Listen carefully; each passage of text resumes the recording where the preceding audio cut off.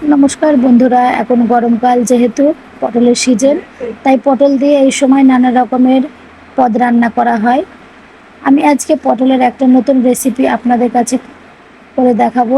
এই রেসিপিটা আজকে আমি যেরকম করে বানিয়েছি, বাড়িতে একবার হলে এরকম করে বানিয়ে খেয়ে দেখবেন, বারবার খেতে ইচ্ছা করবে, মুখে লেগে থাকবে। এখানে আমি পটল নিয়েছি। পটলগুলো খোসা আমি ভালো করে পুরোটা ছাড়াইনি, আমি অল্প অল্প করে ছাড়িয়ে নিয়েছি। গোল গোল করে পটলগুলো আমি কেটে নিয়েছি। এখানে আমি একটা আলু কেটে নিয়েছি ছোট ছোট করে। মানে কড়াই বসিয়ে দিয়েছি, কড়াই তেল দিয়ে দিচ্ছি। তেলটা গরম হয়ে গেছে, এখানে আমি পটলগুলো দিয়ে দেব। পটলগুলো তেলে দিয়ে আমি পটলগুলোকে ভেজে নেব একটু লাল লাল করে। পটলগুলো তেলে ভাজলে পটলগুলো খেতে ভালো লাগবে, ওই জন্য পটলগুলো আমি তেলে ভেজে নিচ্ছি। এখানে আমি একটু অল্প পরিমাণে লবণ দিয়ে দেব। লবণ দিয়ে পটলগুলোকে নেড়ে চেড়ে ভেজে নেব আমি।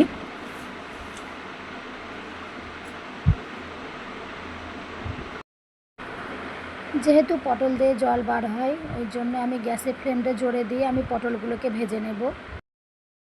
পটলগুলো ততক্ষণ ভাজা হোক, আমি এখানে কিছু মশলা করে নেব।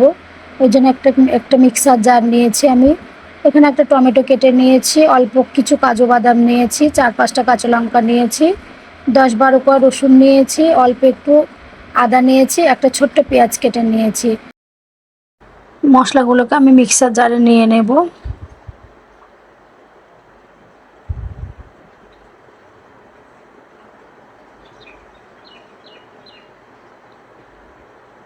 এখানে হাফ চামচ মতো গোটা জিরে দিয়ে দেব, 1 চামচ মতো গোটা ধনে দিয়ে দেব, অল্প একটু জল দেব। অল্প একটু জল দিয়ে আমি মশলাটাকে আমি করে নেব।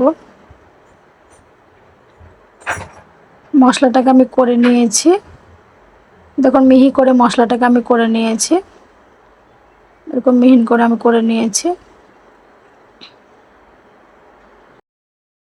পটলগুলো ভাজা হয়ে গেছে, পটলগুলো আমি তুলে নেব।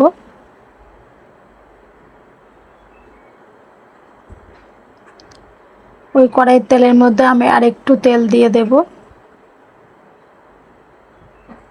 আর একটু তেল দিয়ে আমি একটা বড় সাইজের পেঁয়াজ আমি কেটে রেখেছিলাম, পেঁয়াজটা আমি দিয়ে পেঁয়াজটাকে একটু লাল লাল করে আমি ভেজে নেব।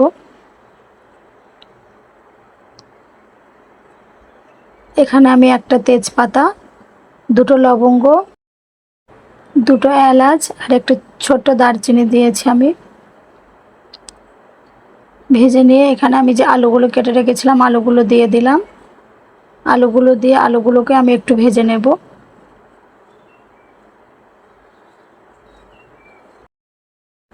আলুগুলোকে বেশি ভাজবো না, আলুগুলোকে একটু হালকা করে আমি ভেজে নেব।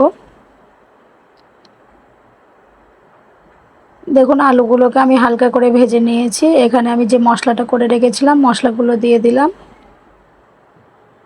মশলাগুলো দিয়ে নাড়াচাড়া করে নিয়ে মশলাটাকে একটু আমি ভালো করে কষিয়ে নেব। এখানে আমি মিক্সির জারটা ধুয়ে একটু জল দিয়ে দিলাম। ভালো করে সব মশলাগুলোকে আমি একটু কষিয়ে নেব আলুর সাথে।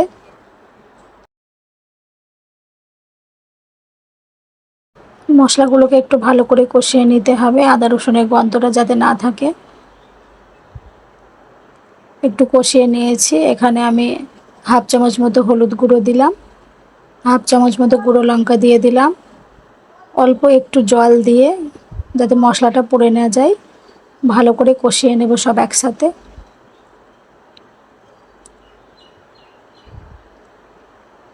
সব একসাথে ভালো করে একটু কষিয়ে নিতে হবে।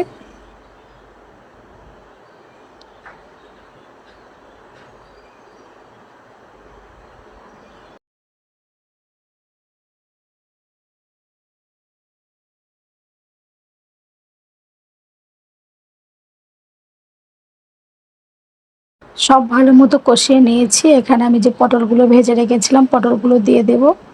পটলগুলো দিয়ে পটলগুলোকে একটু আমি ভালো করে সব একসাথে কষিয়ে নেব আমি। পটলগুলোকে একটু ভালো করে কষিয়ে নিতে হবে। এই রেসিপিটা যদি আপনাদের কাছে একটু ভালো লেগে থাকে একটি লাইক করবেন, শেয়ার করে দেবেন এবং আমার চ্যানেলটি যদি সাবস্ক্রাইব না করে থাকেন নতুন নতুন ভিডিও পাওয়ার জন্য অবশ্যই করে আমার চ্যানেলটি সাবস্ক্রাইব করে দেবেন। এখানে আমি সব ভালো করে কষিয়ে নিয়েছি। আমি জল দিয়ে দিচ্ছি। এখানে পরিমাণ মতো জল দেব। এখানে ঝোল থাকবে না, সেরকম পরিমাণে আমি জলটা দিয়ে দিলাম।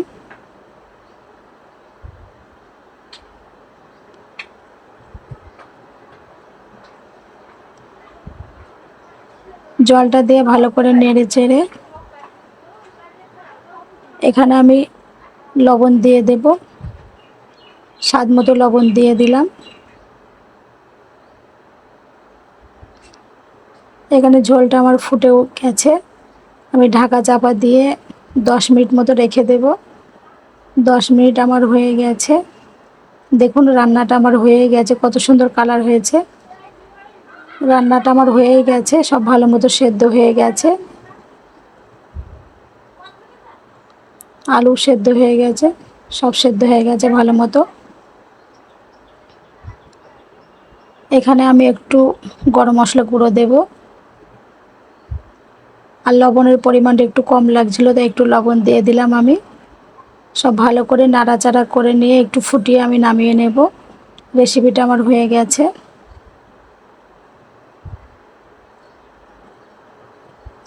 এই রেসিপিটা আপনাদের কাছে কেমন লাগলো কমেন্টে জানাবেন। আমার ভিডিওটি শেষ পর্যন্ত দেখার জন্য আপনাদের সকলকে অসংখ্য ধন্যবাদ জানাই।